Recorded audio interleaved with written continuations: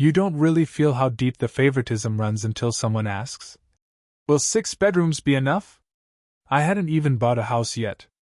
I'm Lucas, 36 years old, living in Colorado, working as a systems engineer. The kind of job that doesn't come with fame, just stability and quiet pride. I built my life the hard way: scholarships, side hustles, savings accounts. And in my family's eyes, that made me one thing: a resource. My younger brother, Ryan, has always been the exception. Not an exception, the exception.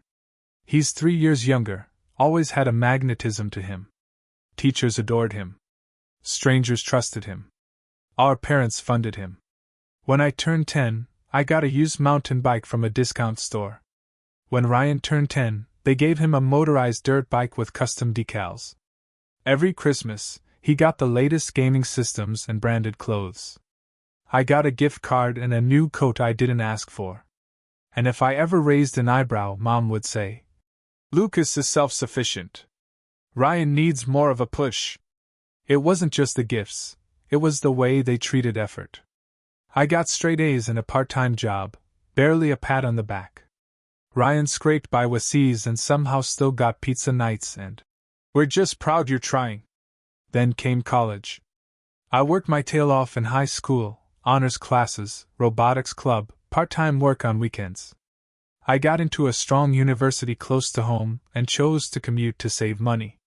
Ryan, meanwhile, barely met the GPA requirement but insisted on a real college experience at a huge out-of-state university with a football team and palm trees. He got it. Full ride, on Mom and Dad's tab. Tuition, books, campus housing, a used Audi, and a $900 monthly allowance. Me? I told my parents I'd be living at home, and Mom looked at me deadpan and said, "That's fine, Lucas. But we'll need you to contribute $800 a month for rent and utilities." I was 18. Making $11 an hour at the campus library. I laughed, thinking it was a joke. It wasn't. I reminded them about Ryan's brand new life funded in full. Mom just said, "He needs it more. You're more grounded. You need to learn responsibility." Dad nodded along like he wasn't even listening. So I paid. I worked evenings, weekends, skipped meals, and bought used textbooks so battered the covers were duct taped together. Every month, $800 disappeared from my account into theirs.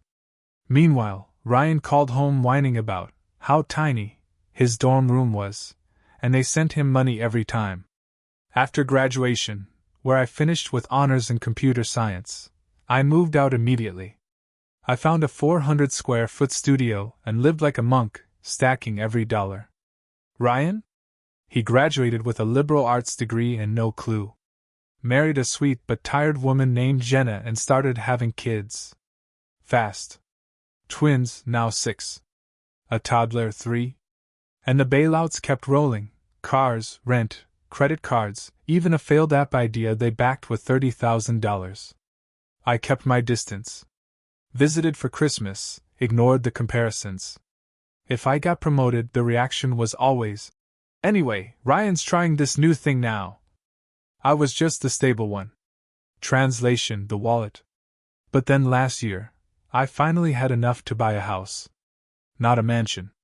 Just a peaceful, 2-bedroom place where I could breathe without feeling like an ATM. And I told no one. Not Mom. Not Dad. Not Ryan or Jenna. Because I knew what would happen. It wouldn't be about me buying a house. It would be about how that house could save them. Only my friend Jordan knew. He'd been a witness to my family's behavior for years and said, "Keep it under wraps, man. You know how they are." And I did. I kept it secret. For almost a month. Then I made one mistake. I mentioned it offhand to a coworker, Brielle. I thought we were just chatting. Turns out her sister is Jenna's college roommate. By the next morning, my phone lit up like Christmas. "Lucas!" my mom chirped. "Why didn't you tell us? That's amazing. We've been talking about this. You'll need a 5-bedroom at least. Something with space for the kids and a guest suite for us." I blinked. "Mom, I don't have kids." "Yes, but family, Lucas.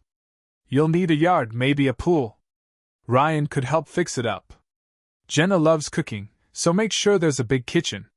Suddenly, it wasn't my house anymore. It was their plan. Ryan called. We saw a 6-bedroom 20 minutes from us, huge basement. Think about it. Then Jenna texted links. All massive, suburban homes with game rooms and home offices and landscaped lawns. I told them. Too big for me. They replied. You can afford it if you're smart. The irony almost made me laugh. So I stopped answering. I muted the group chat and kept scrolling Zillow in silence. I started looking 40 miles away. Quiet towns. Fixer-uppers. No pools. No basements. Just space for one person, and no one else. That's when I called my Aunt Denise. My dad's sister. Sharp as a razor, soft only when warranted. She listened. Then said, Lucas, your parents? They're in financial hell. Helping Ryan all these years, it's gutted their savings. They're panicking. And they were banking on you to pick up the slack. I sat in stunned silence.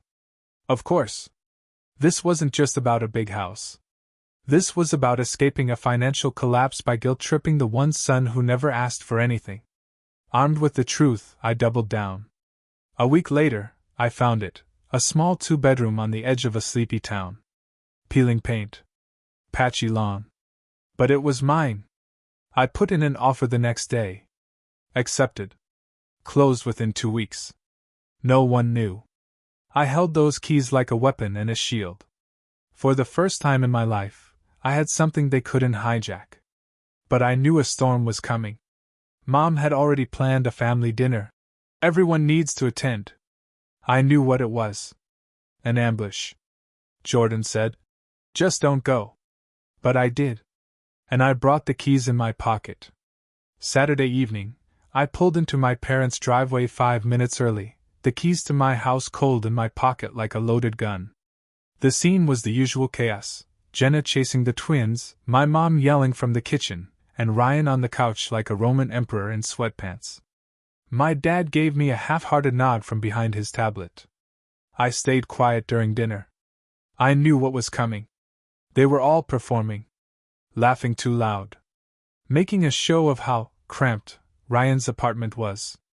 How the kids had nowhere to play. How hard things were. Laying the groundwork.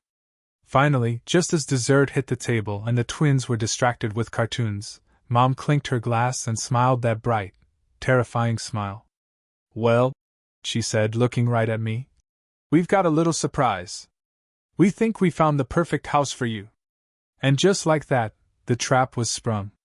Ryan pulled out his phone, already scrolling. It's amazing, dude. 6 bedrooms. Huge yard. Massive garage. I could finally start that car rebuild project. Jenna chimed in. The kitchen has double ovens. And there's a pool. Perfect for family holidays. Mom handed me a glossy printout like it was a wedding invitation.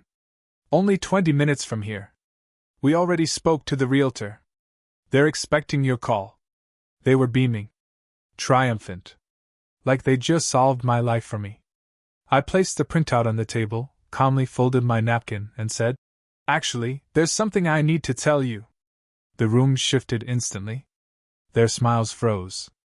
Forks paused midair. I already bought a house. Silence. A vacuum. You could hear the dishwasher humming from the kitchen. What do you mean? My mom asked, voice sharp now. I closed on it 2 weeks ago, I said, holding her gaze. It's done. It's mine. Ryan blinked. Wait, but we were still sending listings. You didn't tell us. I didn't need to, I said simply. This was something I wanted to do for myself. Jenna leaned forward.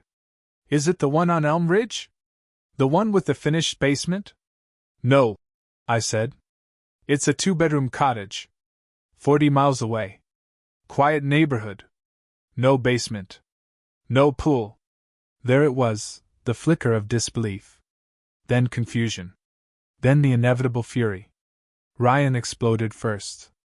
A cottage? What are we supposed to do in a cottage? And there it was, the line that tore the whole illusion apart. What you're supposed to do? I echoed. Ryan, it's my house. I didn't buy it for you. I bought it for me. Mom's voice dropped an octave. Lucas, how could you? After all the time we spent trying to help you find something suitable for everyone. You weren't helping me. I snapped. You were shopping for them. I told you what I wanted. You didn't listen. But we need this, Jenna cried. The kids are sleeping in the same room. Our lease is up next month and our landlord is selling. We don't have anywhere to go. We were counting on this. There it was. The hidden crisis. The real reason for the push. The pressure. The fake sweetness. They weren't just angling for a bigger space. They had already decided my house would be their next home. I leaned back, my voice calm now, because the truth had already hit. And that, I said, is not my problem. Dad slammed his palm on the table. That's a disgusting thing to say. He's your brother. They're your family. No, I said, standing slowly. I'm not your safety net. I've paid my dues. I paid you $800 a month at 18. I paid while Ryan got everything for free. You said I was independent? Great. That means I get to make my own choices now. Jenna was crying. Ryan was stammering. Mom looked like she was about to burst.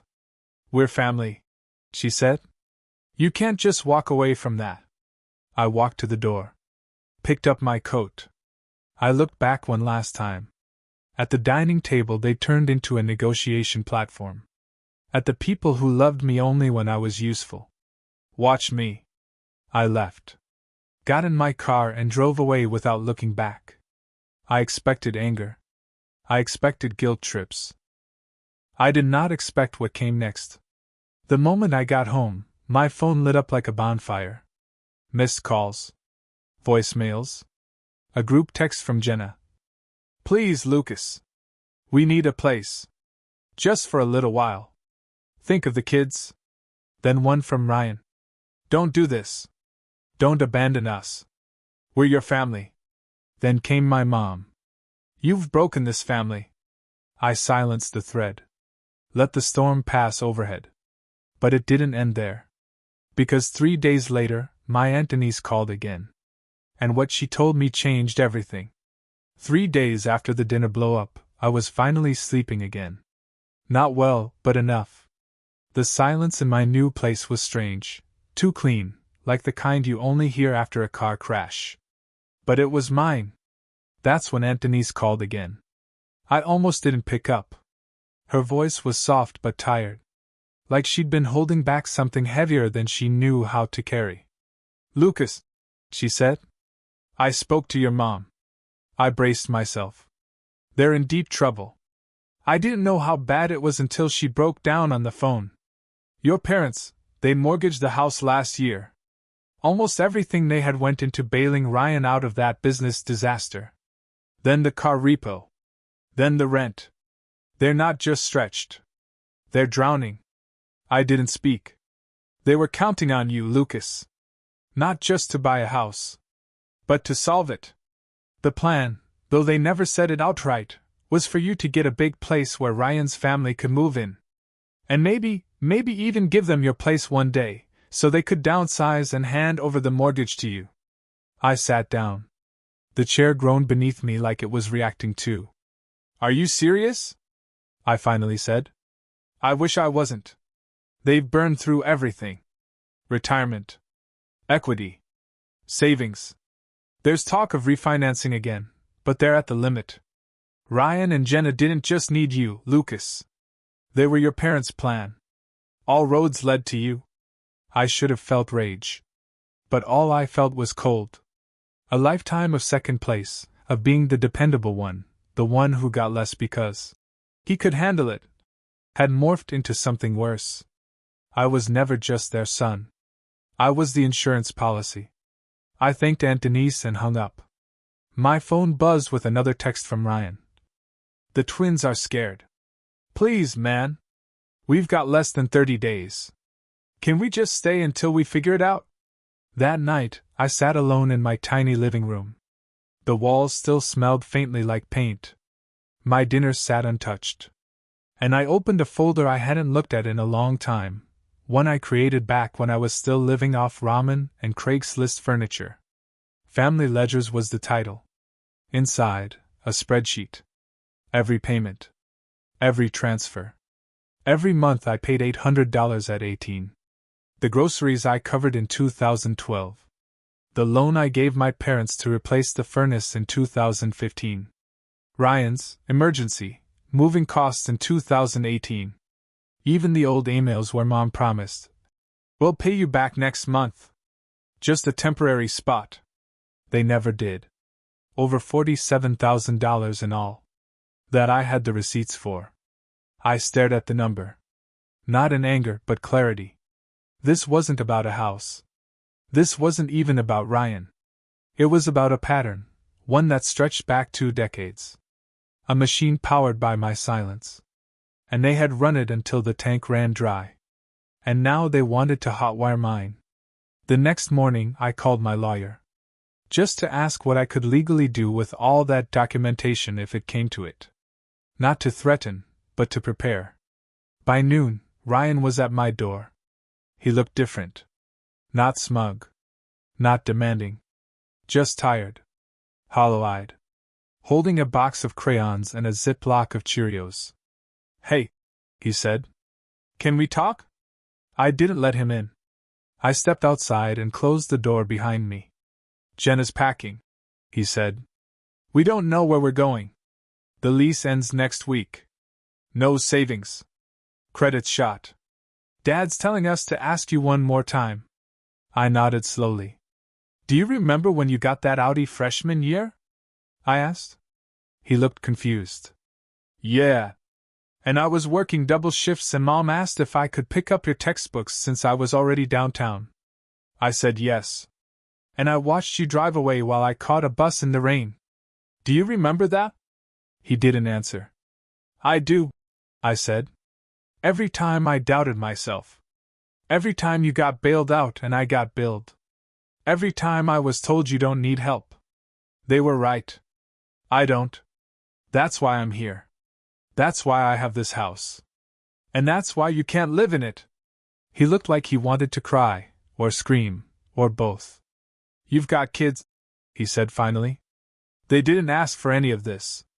And I didn't ask to be their fallback," I replied. He stepped back. "You're gonna let us end up on the street."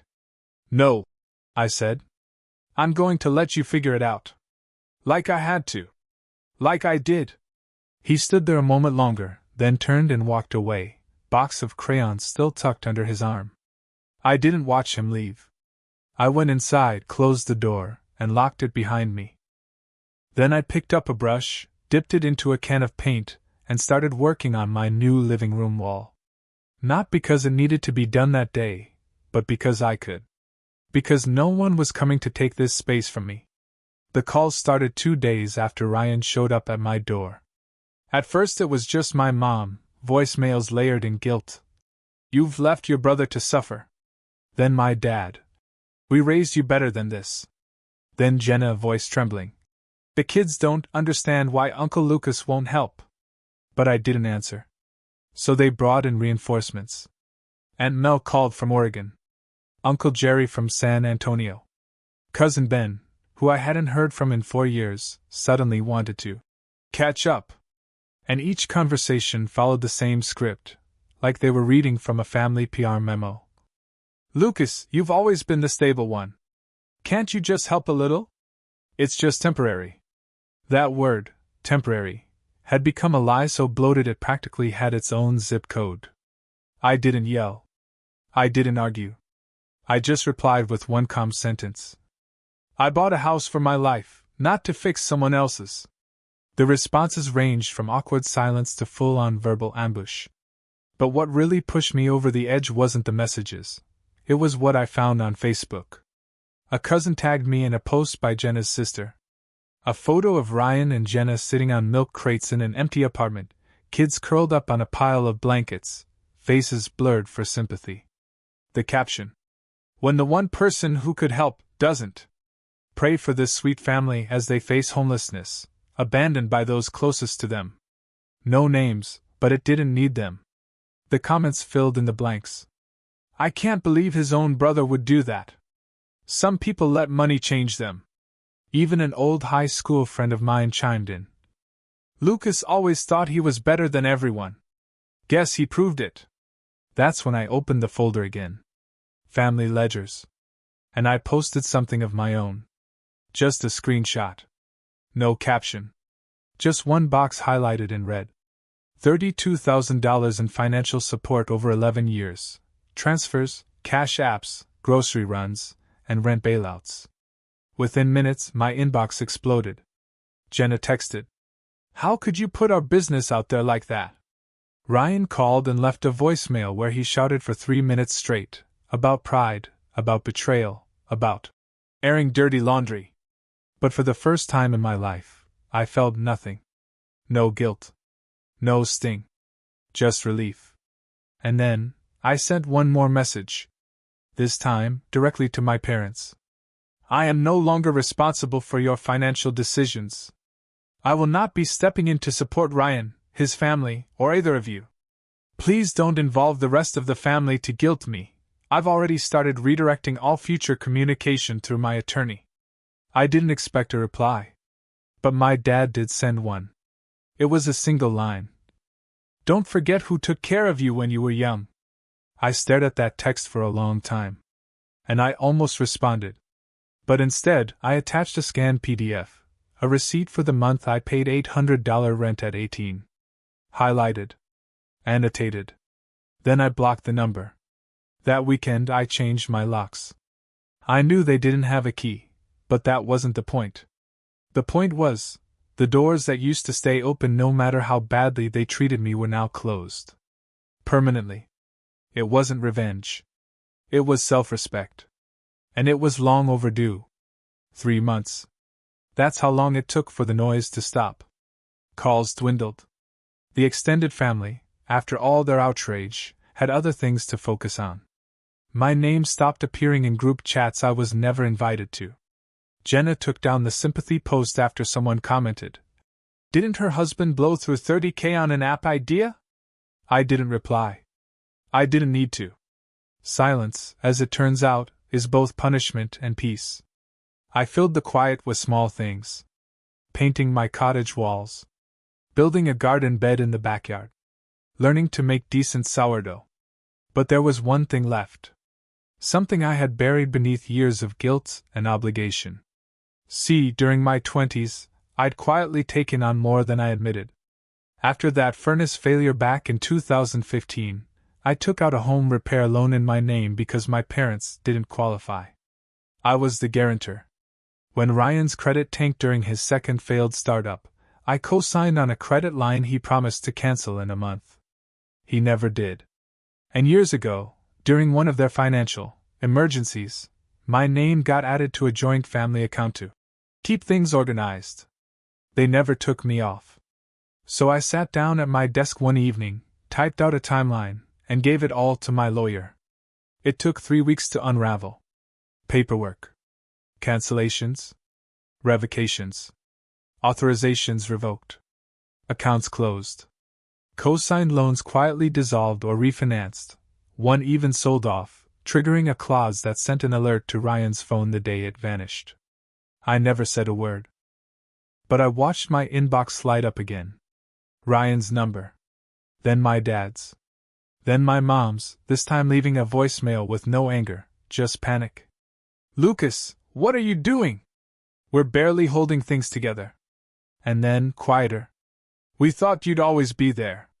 That was the truth of it. They never really saw me as a person. I was a structure. Something to lean on. A foundation they never maintained, never appreciated, but always assumed would hold. Until it didn't. I didn't respond. Not out of spite. I just didn't owe them anything anymore. The real ending came 2 weeks later. I was out in my garden, barefoot in the grass, coffee in hand, when a letter arrived. Handwritten. From Aunt Denise. I heard what you did, she wrote. And I want you to know something. Your father is furious, your mother is shattered, and Ryan is telling anyone who'll listen that you've destroyed the family. But I don't believe that. You didn't destroy anything. You finally stopped letting them destroy you. I read that letter twice. Then I folded it, tucked it into a drawer, and went back outside. The sun was warm. The soil was soft. I planted lavender that morning, something I never had time for before. I wish I could say I forgave them. That I called and mended things. That they apologized. But that's not what happened. Some stories don't end with a reunion. They end with a release. I didn't get my family back. But I got myself. And for the first time in 36 years, I wasn't standing in the shadow of someone else's crisis. I wasn't being asked to shrink myself so someone else could breathe easier. I was just Lucas. Just a man in a quiet cottage, growing something of his own. And that, finally, was enough.